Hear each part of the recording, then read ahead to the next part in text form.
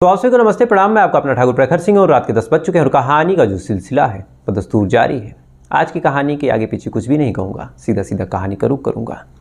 और इस कहानी की शुरुआत होती है 11 जुलाई साल 2023, यानी इसी साल की इसी महीने में जो अभी 11 तारीख बीती, ये उसी तारीख की बात है। दिल्ली में एक जगह है बसंत विहार, और इसी बसंत विहार में एक थाना लगता है, महिपालपुर थाना। अब इस थाने के अंतर्गत अलग अलग इलाके हैं, इलाकों में अलग अलग लोगों के मकान हैं, अलग अलग गलियां हैं, और इन्हीं गलियों में से एक गली है, गली नंबर 9।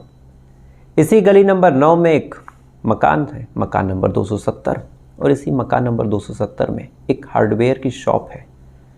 शॉप का जो मालिक है 11 तारीख को अपनी दुकान पे आता है। आने के बाद दुकान को खोलता है, खोलने के बाद फिर बैठ जाता है। सुबह सुबह काफ़ी भीड़ थी, लोगों को डील करता है, सामान देता है। लेकिन जैसे जैसे दोपहर हो रहा था, तो चूँकि गर्मी इतनी ज़्यादा थी इस जुलाई के महीने में, और आज भी है, कि फिर जो दुकानदार था उसे भी पता था कि अब लोग धीरे धीरे नहीं आएंगे, दोपहर के वक्त भीड़ एकदम मंदी होगी। इसीलिए फिर एक टेबल थी, जैसे जैसे दोपहर चढ़ता है लोगों का आना कम होता है, तो उसी टेबल पे जाके सो जाता है। उसके बाद जितने भी लोग आते हैं उनको वहीं से डील करता। अगर कोई सामान सीरियसली चाहिए होता या फिर उस दुकान पे उपलब्ध होता तो उठ के देता, नहीं तो आँख बूंद के वहीं से मना कर देता कि सामान नहीं है। ये सिलसिला लगभग दोपहर तक चलता रहा। लेकिन जैसे ही दोपहर के 2 बजते हैं, 3 लोग इस दुकान में दाखिल होते हैं। 3 लोग दाखिल होते हैं, बढ़िया कपड़े लत्ते इन्होंने पहने थे, ऐसा लग रहा था कि यहाँ किसी पैसे वाली पार्टी से आए हैं। अब दुकान में जैसे ही तीनों लोग दाखिल होते हैं, फ़ौरन जो दुकान का मालिक था अपनी आँख को खोलता है। खोलने के बाद बस लेटे लेटे कातर निगाहों से देखता रहता है कि इन लोगों को क्या चाहिए। अगर कुछ ऐसा चाहिए होगा कि जो दुकान में है तो फिर उठ के दूंगा, नहीं तो फिर यहीं से मना कर दूंगा। अब 3 लोग आते हैं, आने के बाद वो कुछ नहीं बोलते, बस इस शख्स को, जो ये दुकानदार था, इसको घूरने लगते हैं। अब ये लेटा लेटा आँख खोल के देख रहा है कि तीनों लोग उसको घूर रहे हैं। अब ये देख देख के इसको भी अजीब लग रहा कि ये घूर क्यों रहे, इनको क्या चाहिए, ये मुँह खोल के बोले। अब लगभग 1 मिनट तक तो ये सिलसिला चला, लेकिन अब अंत में जब 1 मिनट तक इन तीनों ने कुछ भी नहीं मांगा, तो फिर ये जो दुकानदार था ये उठता है। उठने के बाद कहता है कि आपको क्या चाहिए। अब जैसे ये सवाल करता है तो फिर भी तीनों लोग चुप। अब सवाल करने के बाद भी जब तीनों लोग चुप, तो फिर इसको अजीब लगता है कि अभी ये क्या माजरा है। इसके बाद फिर ये दोबारा पूछता है। जब दोबारा पूछता है तो तीनों में से एक शख्स ऐसा था जो किसी प्रोडक्ट के बारे में बोलता है और कहता है कि आपके दुकान पे उपलब्ध है या नहीं। अब जैसे ही वो दुकानदार सुनता है, उसके बाद फिर खोजने लगता है। 1-2 मिनट तक खोजता है, उसके बाद कहता है कि नहीं है। इसके बाद दुकानदार को लग रहा था कि अब नहीं सुन लिया तो ये लोग चले जाएंगे, लेकिन इसके बावजूद भी ये तीनों लोग उस दुकानदार को घूरते रहते हैं। अब देखते ही देखते घूरने का जो सिलसिला था लगभग 5 से 10 मिनट तक गुजर जाता है। अब जब 10 मिनट तक ये तीनों लोग उस दुकानदार को लगातार घूर रहे हैं, तो दुकानदार को भी अजीब लगा कि क्या बात है, इनको कुछ सामान भी नहीं चाहिए, उसके बाद ये घूर भी रहे हैं, कहीं ये लोग लूटने उटने तो नहीं आए हैं। अब आंखों ही आंखों में दुकानदार सवाल कर रहा है कि घूर क्यों रहे। उसके बाद तीनों में से एक शख्स आगे बढ़ता है। बढ़ने के बाद कहता है कि हेलो मिस्टर कालू। अब जैसे ही ये शब्द, ये नाम वो दुकानदार सुनता है, तो सुनने के बाद दुकानदार के चेहरे की हवाइयाँ उड़ जाती हैं। चूँकि ये नाम एक ऐसा नाम था जो लगभग 44 साल पहले ही मर चुका था। 44 सालों तक ये नाम इसने किसी के मुँह से नहीं सुना था। 44 सालों से कोई ऐसा मिला नहीं जो इस नाम को जानने वाला हो। तो फिर अचानक से ये 44 साल बाद ये नाम निकल के कैसे सामने आ गया। अब दुकानदार ये नाम सुनने के बाद एकदम सन्न खड़ा है। बाकी तीनों लोग फिर से बोलते हैं हेलो मिस्टर कालू।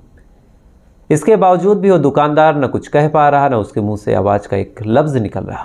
वो चुपचाप खड़ा, मानो उसके शरीर से उसकी रूह निकल चुकी है। उसके बाद तीनों आगे आते हैं। आगे आने के बाद इससे कहते हैं कि आपको मेरे साथ चलना होगा। इतना बोलते हैं, दुकानदार न कुछ हाँ कहता है, न कुछ ना करता है। दुकान से चुपचाप बाहर निकलता है, अपनी शटर गिराता है। गिराने के बाद ये तीनों लोग एक कार की तरफ जाते हैं। जाने के बाद उस कार में एक शख्स आगे सवार हो जाता है, एक शख्स लेफ्ट साइड से बैठ जाता है, एक शख्स राइट साइड से, और इस दुकानदार को बीच में बैठाया जाता है। उसके बाद ये गाड़ी वहाँ से चलती है। आसपास के सारे लोग देख रहे हैं, किसी को कुछ समझ नहीं आ रहा कि क्या हुआ, ये कालू कौन है, किसी को कोई जानकारी नहीं। चूँकि जिस शख्स की ये दुकान थी और जो गाड़ी में बैठा उसका नाम तो सुरेश यादव था, तो फिर ये कालू कौन पैदा हो गया, कालू नाम क्यों पड़ा, ये तमाम तरह के सवाल थे, लेकिन जवाब कोई नहीं। अब गाड़ी दिल्ली से चलती है, चलने के बाद राजस्थान की तरफ रवाना होती है। उसके बाद घंटों का सफ़र तय होता है। राजस्थान में बूंदी पहुंचती है। बूंदी पहुंचने के बाद जो वहाँ की कोतवाली थी, वहाँ पे ये गाड़ी रुकती है। रुकने के बाद जैसे ही गाड़ी खुलती है, जो शख्स था दुकानदार वो उतरता है, बाकी ये सारे लोग उतरते हैं। और जैसे ये सारे लोग उतरते हैं तो जितने भी कोतवाली में लोग थे, जितने पुलिस महकमे के लोग थे, सबके चेहरे पे एक जश्ननुमा माहौल, मानो उन्होंने कोई ऐसी चीज़ पाली थी जो शायद कई दशकों से उनके पास नहीं थी। मानो उन्होंने कुछ ऐसा मामला सुलझा लिया था जिसका इंतजार शायद उन्हें कई दशक से था। उसके बाद फिर इस शख्स को थाने के अंदर लेके जाया जाता है। जाने के बाद उससे पूछताछ शुरू की जाती है। उसके बाद इससे पुलिस वाले अपने अपने अंदाज में अपने अपने सवाल दागते हैं और यहीं से कहानी जो है पहुंच जाती है 44 साल पीछे, यानी साल 1979 में।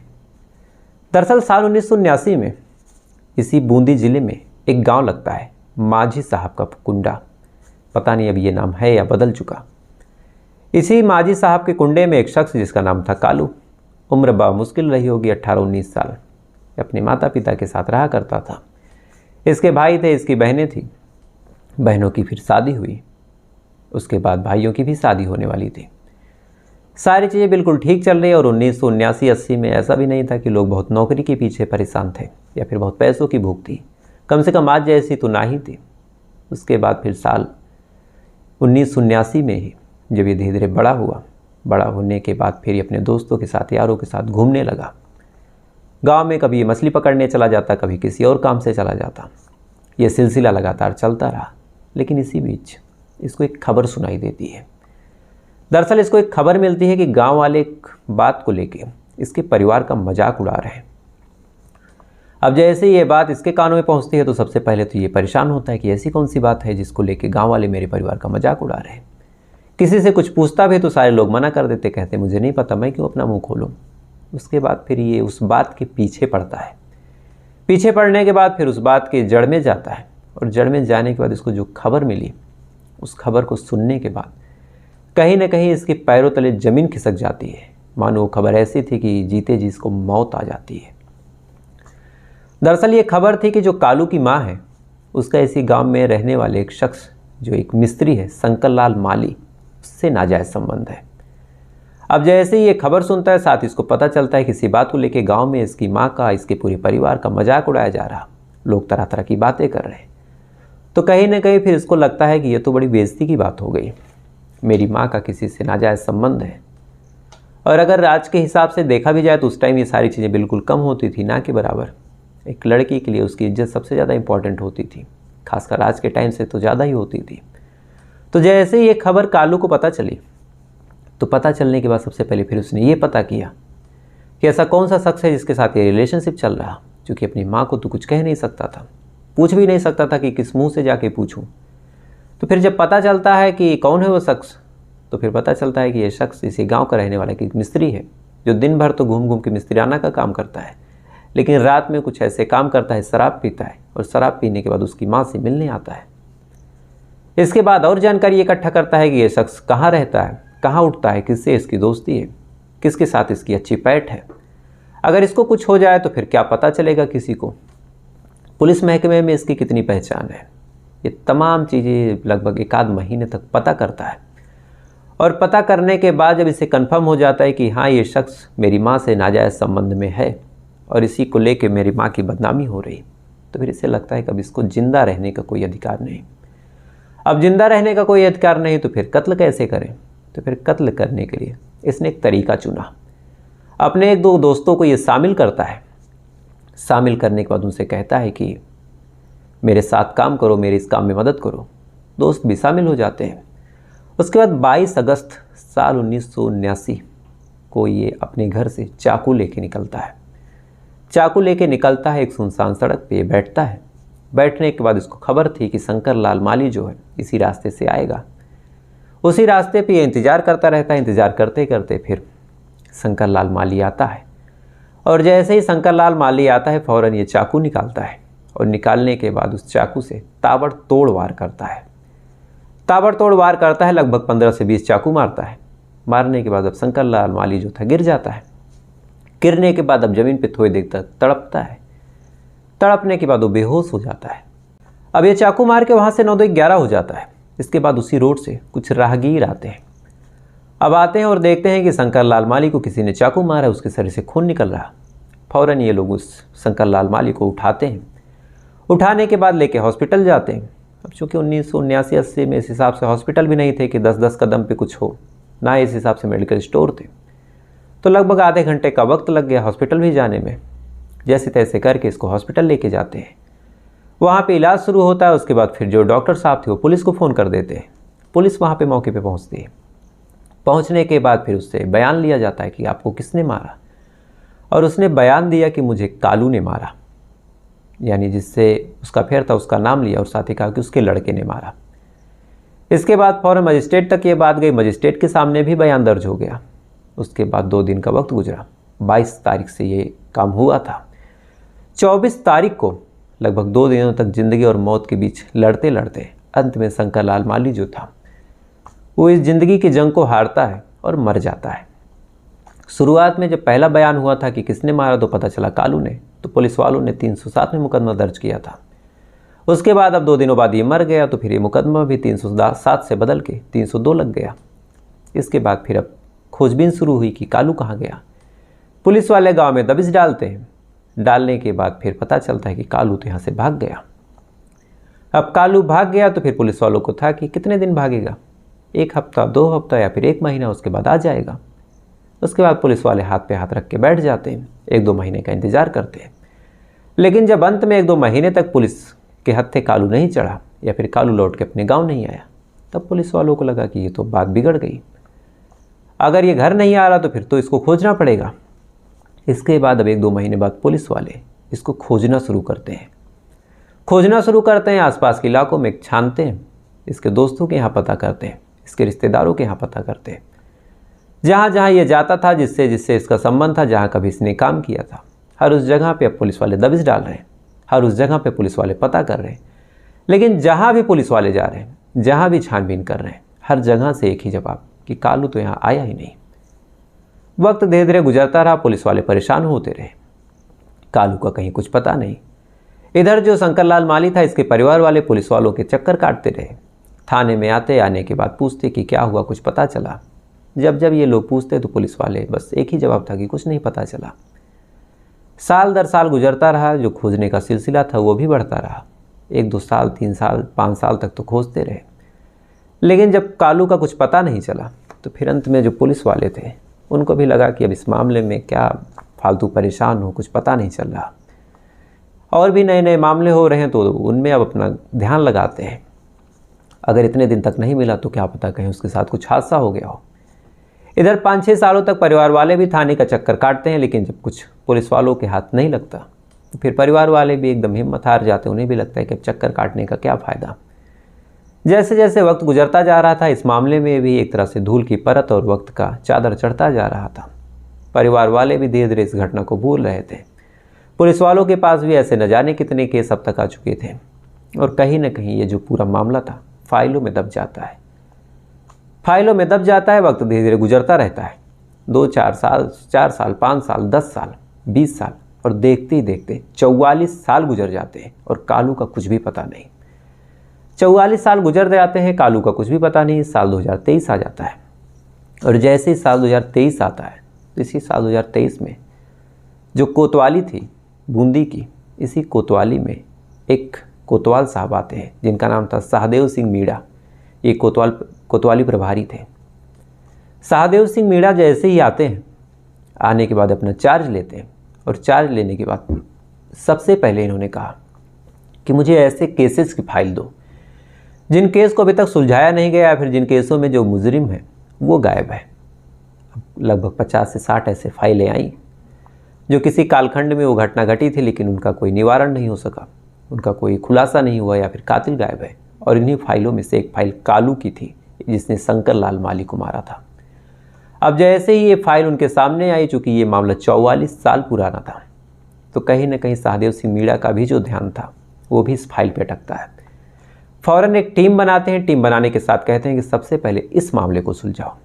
इस टीम के जो हेड थे, जिनके नेतृत्व में ये टीम बनी, वो थे एएसपी साहब जय यादव। जय यादव सर की निगरानी में ये टीम बनी।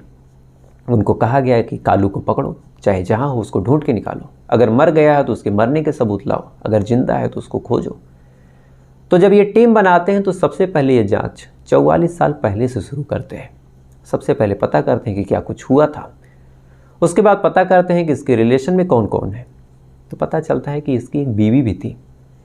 बीवी के जब ये कत्ल करता है उसके बाद 5 सालों तक तो बीवी मायके रहती है। उसके बाद फिर ये जो था ये आता है और अपनी बीवी को लेके कहीं चला जाता है।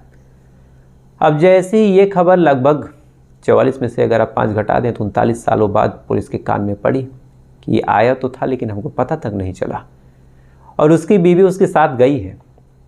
तो फिर पुलिस वालों को कहीं ना कहीं एक रोशनी की किरण दिखाई देती है कि अगर हम बीवी को ट्रैक कर लें, हो सकता है कि कालू अपनी पहचान मिटा दिया हो, लेकिन बीवी है कम से कम अपने मायके या फिर अपनी इधर उधर बात तो करती होगी। तो अगर हम बीवी को ट्रैक कर लें तो हो सकता है कि ये मामला सुलझ जाए। इसी बात के बाद पुलिस वाले उसके मायके यानी उसकी पत्नी के मायके और उसके अलग अलग रिलेशंस को टटोलते हैं, साथ ही सबके नंबर को सर्विलांस पे लगाते हैं, पता करते हैं कि कौन सा ऐसा नंबर है जो सबसे ज़्यादा बात कर रहा। लगभग कई नंबर को खंगालते हैं, कई चीज़ों की लिस्ट निकालते हैं, कड़ी मशक्क़त करते हैं, और अंत में जो एक नंबर था वो सुरेश यादव नाम का, वो दिल्ली से मिलता है। उसके बाद ऐसा लगता है कि ये जो नंबर है ये किसी खास का ही है। पुलिस वाले उसकी डिटेल खंगालते हैं, लगभग 15 से 20 ऐसे नंबर निकले थे। सबकी डिटेल निकालते हैं तो पता चलता है कि हाँ इसका ये लगता है, हाँ इसका ये लगता है, लेकिन एक नंबर जो सुरेश का था उसका कुछ क्लियर नहीं था कि ये इस आदमी का लगता क्या है। यानी जिस रिलेटिव का, कालू के जिस रिलेटिव की कुंडली खंगाल रहे थे, जिसकी डिटेल कॉल डिटेल ट्रैक कर रहे थे, उसका कुछ पता ही नहीं चल रहा था कि ये उस रिलेटिव का ये क्या लगता है। तो फिर पुलिस वालों को कहीं ना कहीं डाउट हुआ कि कहीं ऐसा तो नहीं कि यही कालू है। लेकिन अब कंफर्म कैसे करें, चूँकि बात तो सुरेश कर रहा, आईडी सुरेश के नाम पे है। जब दिल्ली जाके पता किया गया तो ये घर, ये सारी चीज़ें, वहाँ पे सारे documents, Aadhaar card, PAN card, ration card, सब कुछ सुरेश यादव के नाम पे है। तो कंफर्म कैसे करें? तो कंफर्म करने का एक ही तरीका था कि गांव के कुछ लोगों से एक हिंट लिया जाए कि वो दिखता कैसा होगा, और साथ ही उसको सामने से पूछा जाए कि क्या तुम कालू हो या नहीं, और ऐसे मौके पे पूछा जाए कि जब चौंकने की संभावना सबसे ज़्यादा हो। तो घर पे अगर दबिश डालते तो हो सकता है कि घर से वो भाग जाए, इसलिए वो दुकान पे जाते हैं। दुकान पे जाने के बाद फिर बारीकी से उसको चेक करते हैं। चेक करने के बाद उनके दिमाग में बस एक चीज़ थी कि अचानक से हम कालू नाम लेंगे। कालू नाम लेने के बाद अगर उसके चेहरे की हवाइयाँ उड़ती हैं, अगर वो बदलता है तो वो कालू है, नहीं तो फिर नहीं है। और इसी प्लान के तहत जो एसपी जय यादव सर थे और साथ ही जो उनकी टीम थी, ये सारे लोग जाते हैं उस दुकान में जो गली नंबर 9 और मकान नंबर 270 महिपालपुर थाना के अंतर्गत आती थी। उस दुकान में जाते हैं, जाने के बाद पूछते हैं कि क्या आप कालू हो? Hello mister Kalu. अब ये शब्द जैसे ही कालू सुनता है तो सुनने के बाद, चूँकि ये नाम उसने 44 साल बाद सुना था और उसे भी पता था कि ये नाम वही लेगा जो इस कत्ल के बारे में जांच पड़ताल कर रहा हो, तो जैसे ही ये नाम वो सुनता है तो सुनने के बाद उसके चेहरे का रंग उड़ जाता है। पुलिस वाले फ़ौरन इस चीज़ को भांपते हैं और वहीं से गिरफ्तार करते हैं, और गिरफ्तार करने के बाद 44 साल पुरानी वो मर्डर मिस्ट्री सुलझती है, जिसके बारे में पुलिस वालों के पन्नों में कोई जवाब नहीं था। 44 सालों से ये मामला पुलिस के पन्नों में दबा रहा, और अंत में जो सहदेव सिंह मीणा सर थे, उनकी कहने पर और एसपी जय यादव की निगरानी में ये पूरा मामला सुलझता है। और 44 सालों बाद एक हत्यारा जो 44 साल से गायब था, अपनी नाम, अपनी पहचान, अपनी सारी चीज़ें छुपा के जी रहा था, वो पकड़ में आता है। तो फिलहाल ये थी पूरी कहानी। बातें हैं कल के सवाल पे, और कल का मेरा सवाल था कि हरित क्रांति में अपने योगदान के लिए सबसे पहला विश्व खाद्य पुरस्कार किस भारतीय को मिला था? इस सवाल का जो सही जवाब है वो जवाब है एम.एस. स्वामीनाथन। जो पुरस्कार था, इन्होंने गेहूं और चावल के जो पैदावार है, जब इनके हिसाब से हुई, इनके कहने पे हुई, तो इतनी अभूतपूर्व थी और ये योगदान इतना बड़ा था इनके लिए कि साल 1987 में इनको इनकी इस योगदान के लिए विश्व खाद्य पुरस्कार मिला। और महाराष्ट्र में इनका खासकर बहुत सम्मान होता है। महाराष्ट्र में इनको हरित क्रांति के जनक के रूप में भी जाना जाता है। तो इस सवाल का जो सही जवाब दिया है वो जवाब दिया दीपक जटराना जी हैं, अमर राठौर जी हैं, सागर बागड़े जी हैं, अभिषेक भारद्वाज जी हैं, शुभम पांडे जी हैं छत्तीसगढ़ से, और सुबोध कुमार जी हैं, किरण व्यास जी हैं, महावीर सिंह मेफावत जी हैं और नरेंद्र बारधे जी हैं। आप तमाम लोगों ने बिल्कुल सही जवाब दिया, तो आप तमाम लोगों को दिल से शुभकामनाएं। ऐसे ही अपना ज्ञान बढ़ाइए, हम सबका ज्ञान बढ़ाइए। अब आते हैं आज के सवाल पे, और आज का मेरा सवाल है कि साल 2022 के अगस्त महीने में, अगर आपको याद होगा तो श्री अटल बिहारी वाजपेयी जी के नाम का एक पुल का उद्घाटन हुआ था। तो ये किस जगह पे हुआ था? अगर आपको पता हो तो आप कमेंट करके बताइएगा, अगर नहीं पता हो तो कल का इंतज़ार कीजिएगा। साथ ही ऐसी वीडियो देखने के लिए, ऐसी कहानियों को सुनने के लिए वीडियो को लाइक करके चैनल को सब्सक्राइब कर लीजिएगा। तो आपसे कल फिर मुलाकात होगी किसी दूसरी कहानी के साथ। तब तक अच्छे रहिए, खुश रहिए, अपना ख्याल रखिए, अपने देश का ख्याल रखिए। जय हिंद, वंदे मातरम।